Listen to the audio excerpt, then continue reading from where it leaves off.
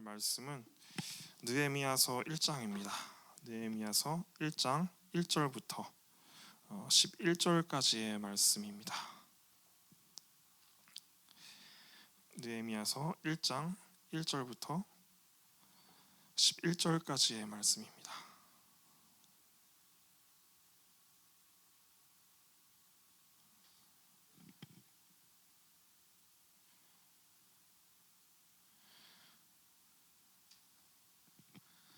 네, 저와 여러분들이 한 절씩 교독하도록 하겠습니다.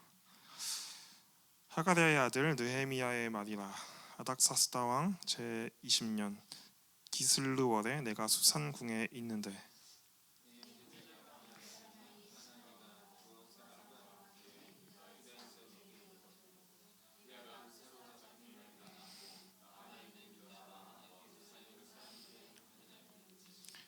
그들이 내게 이르되 사로잡힘을 면하고 남아있는 자들이 그 지방 거기에서 큰 환난을 당하고 능욕을 받으며 예루살렘 성은 허물어지고 성문들은 불탔다 하는지라.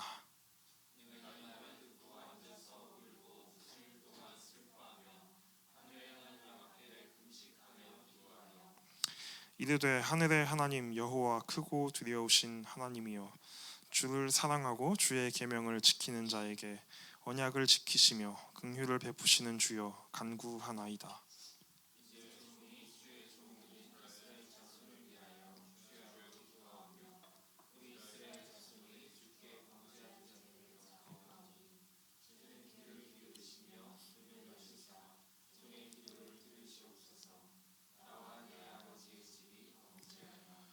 주를 향하여 크게 악을 행하여 주께서 주의 종 모세에게 명령하신 계명과 율례와 규례를 지키지 아니하였나이다.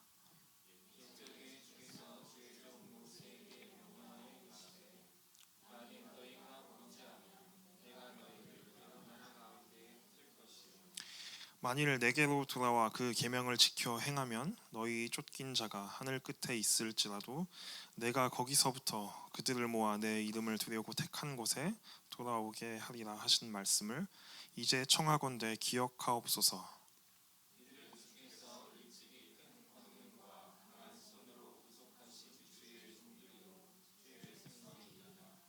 함께 읽겠습니다.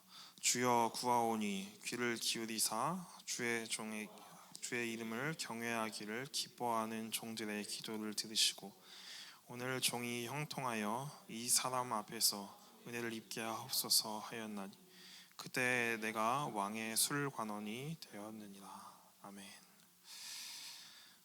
모든 성경은 동일한 주제를 가지고 연속되는 이야기를 담고 있습니다. 하나님께서 천지를 창조하시고 또 예수 그리스도를 통한 구원의 말씀을 담고 있습니다. 이렇게 한 주제를 가지고 모든 성경은 연결되곤 합니다. 그 중에서도 특히 오늘 읽은 느헤미야서와 또 그 바로 앞에 있는 에스라서는 굉장한 밀접한 연관성을 가지고 같은 이야기를 펼쳐 나아가는 책들입니다. 기억하실지 모르겠지만 몇 달 전에 제가 학개서의 말씀을 가지고 성전을 재건하는 말씀을 나눈 적이 있습니다. 그 말씀이 그 시대가 바로 앞에 에스라서의 초반 부분 같은 시대의 이야기였습니다. 그리고 성전이 지어진 후 학개와 스룹바벨을 통해서 성전이 지어진 후 거룩한 이 공동체를 이룰 것이라고 생각했던 사람들의 생각과 달리 여전히 거룩하지 못한 이 공동체를 보며 마음 아파하며 눈물로 회개했던 에스라의 회개 운동이 이제 에스라 후반부의 이야기입니다. 그리고 오늘부터 이 앞에 보이시듯이 특별 기도회 일주일 기간 동안 함께 나누게 될 이 느헤미야의 말씀은 이제 성전이 지어지고 공동체가 회개 운동을 하고 그날 이후에 여전히 무너져 있는 성벽을 다시 재건하는 이야기를 다루고 있습니다. 에스라와 느헤미야서는 성전과 공동체 그리고 성벽이라는 이 세 가지 주제로 연결되어 기록되고 있습니다. 앞에 두 이야기를 나눴지만 느헤미야 말씀을 나누지 못했는데 이 특별기도회를 핑계 삼아서 느헤미야 말씀을 여러분과 함께 나누고자 합니다. 앞으로 일주일 동안 우리가 함께 읽고 또 함께 나누고 함께 묵상할 말씀은 이 느헤미야를 통해서 이 성벽이 다시 세워지는 이야기이고 공동체가 다시 세워지는 이야기입니다. 그리고 오늘 나눌 말씀은 이 이야기들을 이해하기 위하여 전반적인 배경들을 살펴보며 함께 나누고자 합니다. 하나님께서 아브라함을 믿음의 조상으로 부르셨습니다. 그리고 아브라함에게 그 자손에 대한 약속을 주셨습니다. 그의 자손들이 기근을 피해서 갔던 애굽에서 하나님은 그 자손들을 번성하게 하셨죠. 그 번성함을 보고 애굽 사람들이 이들을 핍박하기 시작합니다. 하나님께서 그 약속하셨던 그 자손들을 이 억압자들의 손으로부터 건져내셨습니다. 그리고 모세를 통해서 율법과 언약을 주시며 하나님의 거룩한 공동체로서 또 열방의 빛으로서 살아가도록 명하셨습니다. 이들은 이제 약속의 땅 가나안으로 들어가서 이스라엘 공동체를 이루었습니다. 그리고 왕국을 이루고 눈부신 번영을 이루었습니다. 하지만 눈부신 번영을 이루면서 곧 하나님을 다시 멀리하고 우상들을 섬기기 시작했습니다. 많은 선지자들을 통해서 너희 그렇게 살면 안 돼 하고 수많은 경고와 심판의 메시지가 주어졌지만 이스라엘은 듣지 않았고 회개하지 않았습니다. 그래서 결국 이 이스라엘 공동체는 이방 국가들을 통해서 심판받게 됩니다. 바벨론 제국에 의해서 성전이 파괴되고 또 성벽이 무너졌습니다. 또 하나님께서 약속하셨던 그 약속의 자손들은 너무나 처참하게 죽임을 당하고 또 바벨론 포로로 끌려가게 됩니다. 시간이 지나고 이 바벨론 제국이 망하고 이제 패권을 잡은 것은 이 성경이 바샤라고 기록하고 있는 우리에게는 이제 페르시아라고 익숙한 이 제국입니다. 이 페르시아 제국은 바벨론과 달리 정복한 지역에 더 관대한 정책을 펼쳤습니다. 그에 따라서 이제 포로로 끌려갔던 약속의 자손들이 하나둘씩 이제 본국으로 다시 귀환하기 시작합니다. 그것이 오늘 이 말씀의 배경입니다. 포로 귀환은 세 차례에 걸쳐서 이루어졌습니다. 첫 번째 포로 귀환에서 스룹바벨이라는 사람이 귀환했습니다. 이 사람이 학개 선지자와 성전을 재건하였던 사람입니다. 두 번째 귀환에서 에스라가 귀환하였습니다. 민족이 지었던 죄를 회개하고 또 다시 거룩한 공동체를 이루기 위해서 걸음을 내딛었던 사람입니다. 그리고 세 번째 귀환은 오늘 본문의 주인공인 느헤미야가 귀환합니다. 오늘 이 시점은 에스라의 회개 운동으로부터 12년이라는 시간이 지난 시점의 이야기이며 아직 세 번째 귀환이 이루어지기 직전 그리고 구약의 이제 마지막을 향해서 달려나가는 시점입니다. 오늘 본문은 느헤미야를 찾아온 하나니라는 인물로부터 시작됩니다. 2절에서 하나니가 등장하죠. 이 하나니라는 사람이 유다로부터 왔습니다. 느헤미야가 2절 끝에서 본국의 형편이 어떤지를 묻습니다. 당연하겠죠. 나의 고국의 형편이 어떤지. 성전이 재건됐다는 소리를 들었고 또 회개운동이 있었다는 이야기를 들었는데 지금은 어떠한지 궁금했을 것입니다.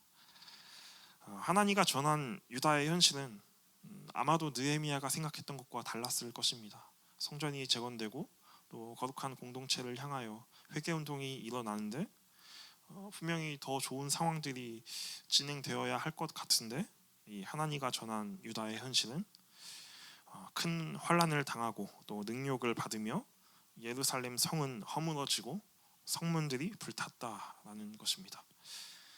하나님께서 약속하신 그 약속의 자손들 또 그들이 이룬 공동체 거룩하게 세워진 공동체였지만 예루살렘은 하나님께서 말씀하신 그 약속의 땅 위에 세워진 이 하나님의 도시였지만 그 찬란한 위엄과 영광은 온데간데 없고 여전히 환난과 능욕에 노출되어 있으며 여전히 성벽은 무너져 있고 또 성문은 불타 그 어떤 것으로부터도 이들을 보호해 주지 못했습니다. 느헤미야는 이것을 수치로 여기며 마음 아파하며 울며 금식합니다. 그것이 오늘 이 1장 이야기의 시작입니다. 성경에서는 이 남은 자라는 표현이 가끔 등장하곤 합니다. 오늘 본문에서도 남은 자라는 표현이 등장하죠. 3절에서 남아있는 자들이 그 집안 거기에서 큰 혼란을 당하고 능욕을 받는다라고 기록하고 있습니다. 내가 이 성경을 읽다 보면 포로로 잡혀가지 않고 운 좋게 예루살렘에 남아서 살아가고 있는 사람인 것처럼 느껴집니다. 물론 그러한 사람들도 남은 자였습니다. 하지만 이 남은 자라는 표현에는 그것보다 더 깊은 의미가 있습니다. 열왕기상 19장의 말씀을 제가 읽어드리겠습니다. 19장 14절에 엘리야가 말합니다. 그가 대답하되 내가 만군의 하나님 여호와께 열심히 위별하오니 이는 이스라엘 자손이 주의 언약을 버리고 주의 제단을 헐며 칼로 주의 선지자들을 죽였음이오며 오직 나만 남았거늘 그들이 내 생명을 찾아 빼앗으려 하나이다. 온 이스라엘이 이제 주의 언약을 버리고 제단을 헐며 선지자를 죽이고 또 우상을 택하여서 섬길 때 이 엘리야가 무슨 일을 했습니까? 우상을 섬기는 선지자들 이 300명과의 싸움에서 엄청나게 위대한 승리를 쟁취해냈습니다. 하나님을 버리고 우상을 숭배하는 선지자들과의 싸움에서 이겼다면 그 뒤에 뭔가 굉장히 희망차고 눈부신 어떤 결론들이 있어야 할 것 같은데 하지만 그 뒤에 이어지는 이야기는 우리의 생각과 많이 다르죠.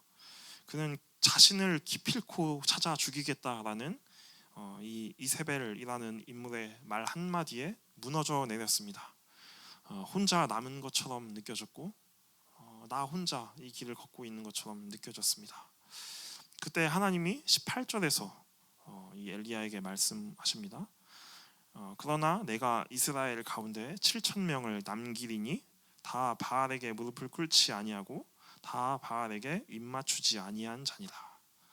이것이 남은 자입니다. 하나님의 거룩한 백성으로 하나님께서 주신 이 소명을 잃지 않고 또 하나님을 버리지 않고 우상에게 절하지 않으며 어떤 위협과 환난 속에서도 믿음을 잃지 않는 자들, 이들이 바로 남은 자입니다. 상수리 나무가 배임을 당하여도 그루터기가 남아 있는 것처럼 이 하나님을 버리지 않고 그 자리를 지키며 하나님께 생명을 거는 이 사람들이 바로 남은 자이며 이 땅의 거룩한 씨앗이며 참된 약속의 자손인 것입니다. 이러한 남은 자라는 표현은 오늘 본문뿐만 아니라 이 믿음의 사람들을 가리키는 말로서 구약 곳곳에 등장하곤 합니다. 오늘 본문에서도 이제 9절과 10절에서 나타나는 것이 이 남은 자들의 모습입니다. 비록 우리 민족이 실패하였지만 그럼에도 불구하고 다시 하나님께 돌아와 하나님께서 주신 계명을 지켜 행하는 자이며 또한 하나님께서 권능과 강한 손으로 구원하신 그리고 앞으로 다시 구원하실 자들이 이 남은 자이며 하나님의 백성인 것입니다. 하지만 이 남은 자들의 열심과 이 남은 자들의 굳건한 그 믿음의 결과가 무엇입니까? 여전히 성벽은 무너지고 성문은 불타 있으며 이들의 삶은 환난과 능욕과 고난의 연속입니다. 하나님의 거룩한 백성, 하나님을 향한 믿음을 잃지 않고 놓지 않고 오직 하나님만을 붙잡고 그 정체성을 지키고자 날마다 몸부림치며 삶의 자리에서 꿋꿋이 투쟁하고 또 살아내는 이들에게 주어진 현실, 환난과 능욕입니다. 우리의 삶도 때로는 그렇지 않습니까? 우리의 삶 가운데서 우리가 믿음을 지키고자 날마다 부단히 노력하고 또 투쟁하지만 그럴 때 여러분의 삶이 탄탄대로만 있었습니까? 아니면 고난도 있고 어려움도 있었습니까? 예레미야는 이러한 현실, 믿는 자들, 남은 자들, 하나님을 붙잡는 자들이 평안을 누리지 못하고 날마다 고난 가운데 또한 어려움 가운데 처해 있는 이 현실에 슬퍼하며 금식하며 하나님 앞으로 나아가고 있는 것입니다. 조금 이야기를 바꿔서 이 페르시아라는 제국의 이야기를 좀 해볼까 합니다. 이 시대 느헤미야가 살았던 이 시대 페르시아의 왕이 누구냐면 1절에서 기록하고 있는 것처럼 아닥사스다라는 왕입니다. 아마 이 아닥사스다 왕이 누구인지 잘 모르실 거라고 생각이 됩니다. 저도 잘 모르거든요. 성경에서도 이제 역사에서도 크게 비중이 있는 인물이 아니었기 때문입니다. 그러나 이 아닥사스다 왕의 아버지는 이 성경에서도 굉장히 나름대로 비중 있게 나오는 인물이고 또 실제 역사 가운데서도 엄청난 사건을 일으킨 사람이었습니다. 지난주 김문혁 전도사님 설교 다들 기억하실 것입니다. 그 설교 가운데 등장했던 주인공이 에스더였습니다. 그리고 이 에스더를 왕후로 삼았던 사람이 아하수에로라는 왕입니다. 이 아닥사스다는 이 아하수에로 왕의 아들입니다. 에스더의 아들인가 싶은데 에스더의 친아들은 아닙니다. 그냥 아버지의 왕비가 에스더일 뿐입니다. 이 아닥사스다의 아버지인 아하수에로 왕은 의외로 우리나라 사람들도 잘 알고 있는 인물입니다. 누구지 싶은데 아마 들으면 아실 것입니다. 성경을 읽지 않는 비기독교인들도 그 사람 하면 기억나는 분들이 꽤 있을 것입니다. 어떤 영화 때문입니다. 여러분 혹시 300이라는 영화를 보셨는지 모르겠습니다. 이게 제가 군 생활하던 시절에 개봉했던 영화인데 이 영화가 엄청난 센세이션이었습니다. 거기에 등장하는 이 그리스 스파르타 사람들의 모습이 굉장히 인상적이었기 때문입니다. 그래서 그 시기에는 내노라 하는 이 관심을 추구하는 이 빌런들이 항상 이 스파르타 옷을 입고 스파르타 우우 하면서 돌아다니기도 했었어요. 그리고 그 영화에서 이 스파르타 사람들만큼이나 굉장히 인상적인 인물이 있습니다. 이 그리스를 침공한 페르시아의 왕 크세르크세스라는 왕입니다. 이 사람이 빡빡머리를 하고 계속해서 나는 관대하다 이 말을 외치는데 아마 이 영화를 본 사람이라면 이 사람을 절대 잊지 못할 것입니다. 그런데 그 빡빡머리를 하고 나는 관대하다를 외치는 이 굉장히 이상한 사람이 바로 이 에스더의 남편이자 오늘 본문에 나오는 아닥사스다 왕의 아버지입니다. 이 사람은 그리스를 침공하면서 동양과 서양의 역사가 처음으로 충돌하게 만든 장본인입니다. 그래서 성경에는 그저 에스더의 남편으로만 등장하지만 수많은 역사서들 가운데에는 이 엄청난 동양과 서양의 첫 번째 충돌을 일으킨 장본인으로 이 사람을 주목하여 상세히 기록했습니다. 그리고 그의 아들인 오늘 이 본문의 왕 아닥사스다 역시 이 역사서들이 주목하여 기록한 바 있습니다. 위험한 인물의 아들, 여전히 이 사람 역시 위험한 사람이기 때문입니다. 수많은 역사서들이 기록하는 이 에스더의 남편이었던 아하수에로 왕과 또 오늘 본문의 왕 아닥사스다 왕, 이 두 사람은 어떤 사람이었을까요? 단 두 글자로 정리가 가능합니다. 폭군입니다. 누구보다 차가운 사람이었고 냉정한 사람이었습니다. 조금만 잘못해도 모두 죽여버리는 굉장히 냉정한 사람이었습니다. 오늘 설교 제목에 등장하는 이 차가운 도시의 남자, 그들이 바로 이 두 왕입니다. 한때 그 차가운 도시의 남자라는 이 도대체 무슨 소리인지 알 수 없는 밈이 유행한 적이 있습니다. 지금도 종종 쓰이고 있는 것 같은데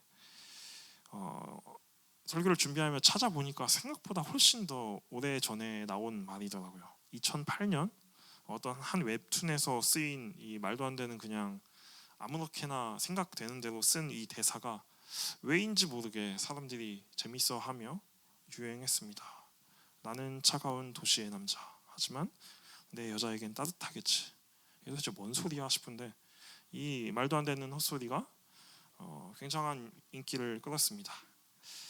이 아하수에로 왕과 아닥사스다 왕, 이 고대 역사물들이 그 누구보다 차갑고 그 누구보다 냉정하고 무자비했던 그렇게 기록했던 이 두 사람, 모든 기록물들이 이 두 사람을 폭군으로 기록하고 차가운 사람으로 기록할지라도 성경에서는 그렇지 않습니다. 이 차가운 도시의 남자와 같은 이 두 왕이지만 이상하리만큼 유대인들에게는 관대하고 또 따뜻한 사람들이었습니다. 아하수에로 왕은 에스더가 정말 내 여자였기 때문에 관대했고 또 그의 아들 이 아닥사스다 왕은 왜인지 모르게 느헤미야에게 굉장히 관대했고 또 따뜻했습니다. 이 영화에서 이 아하수에로 왕이 계속해서 나는 관대하다를 외치지만 사실 안 관대했거든요. 그냥 그의 관대함은 오직 에스더에게만 한정된 것이었습니다. 이런 사실을 누구보다 냉정하고 무자비하지만 그럼에도 불구하고 유대인들에게만큼은 관대하고 따뜻한 사람인 것을 과연 에스더와 느헤미야가 경험해보기 전까지 이것을 알 수 있었겠습니까? 그들이 바라볼 때 여전히 이 두 사람은 폭군이었겠죠. 그들이 그동안 해왔던 무자비한 행동들, 또 차가운 행동들. 에스더의 이야기와 또 느헤미야의 이야기는 사실 동일한 이야기입니다. 두 사람은 이처럼 차갑고 냉정한 무자비한 폭군들 앞에 나아가고자 합니다. 그것이 민족을 살리기 위한 것이며 여전히 하나님을 향한 믿음으로 고통당하는 이 주의 거룩한 백성들, 남은 자들을 위한 것이었습니다. 두 사람은 이 폭군 앞으로 나아가기 위해서 기도합니다.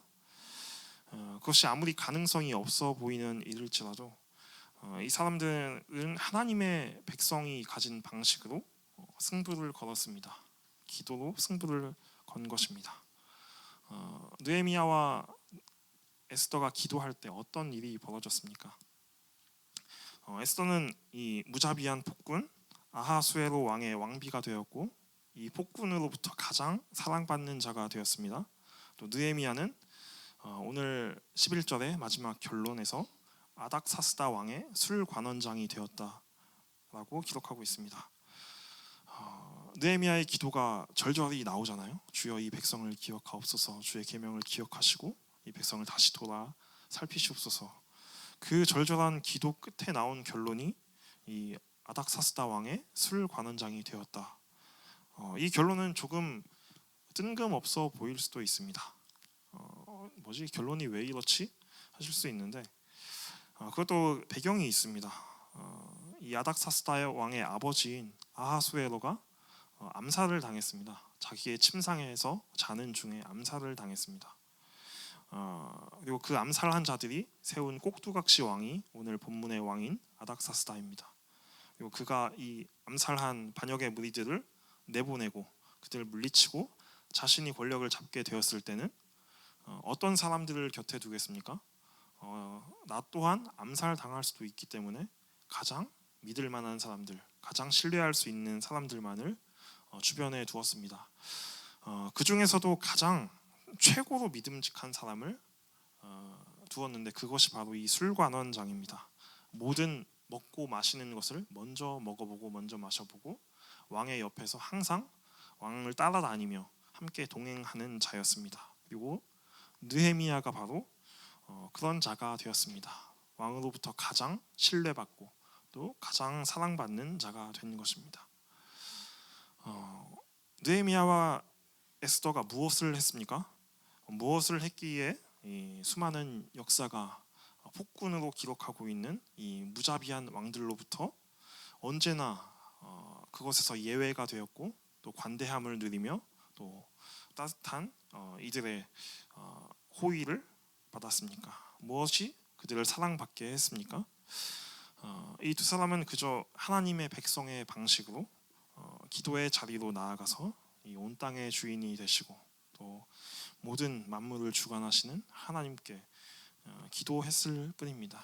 그리고 뒷일은 하나님께서 하셨습니다. 모든 것을 그 계획 가운데 인도하시고 이끌어 가시는 하나님, 오직 한 분, 이 하나님께 기도했을 뿐입니다.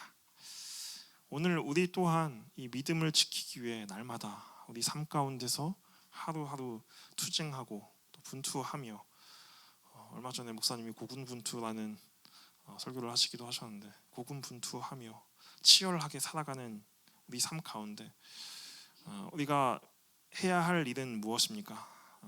기도의 자리로 나아가 기도해야 할 것입니다. 이것이 하나님의 백성이 살아가는 삶의 방식이며, 그것이 바로 이 성경이 말하는 남은 자의 모습입니다.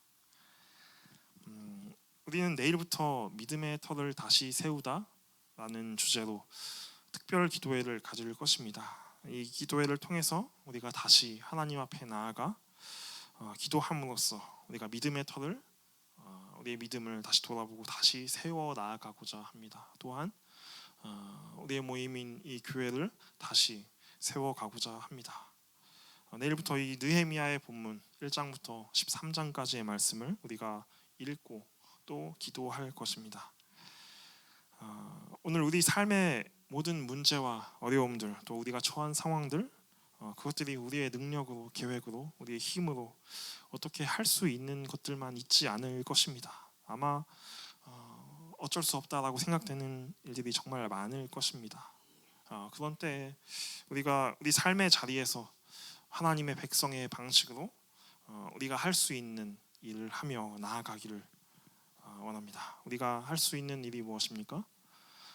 우리가 폭군의 마음을 우리의 계획으로 바꿀 수 없고, 우리에게 주어진 삶의 현실을 우리의 힘으로 바꿀 수 없다 해도 그 모든 것을 바꾸실 수 있는 우리 하나님 앞에 나아가기를 소망합니다. 그 일은 하나님께서 하십니다. 신실하신 하나님께서 저와 여러분들의 삶을 그 선하신 계획 가운데 이끌고 가심을 믿음으로, 그 하나님께서 이루실 놀라운 일들을 기대함으로 여러분들의 삶과 우리 교회 가운데 이루실 일들을 기대하며 나아가는 특별 기도회 저와 여러분들 되기를 소망합니다.